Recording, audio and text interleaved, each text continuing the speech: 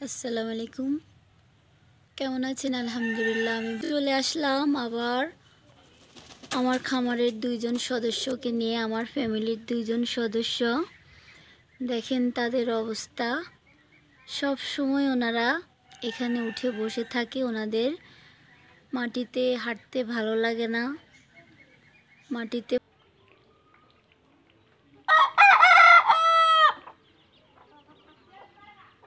কার কার মুরগিগুলো এভাবে করে জানাবেন কমেন্ট করে।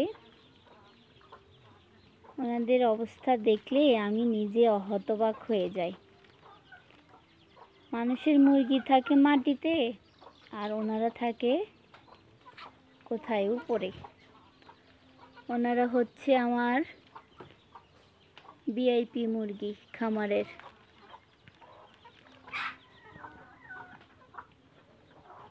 ধন্যবাদ সবাইকে সাথে থাকার জন্য। আল্লাহ হাফেজ।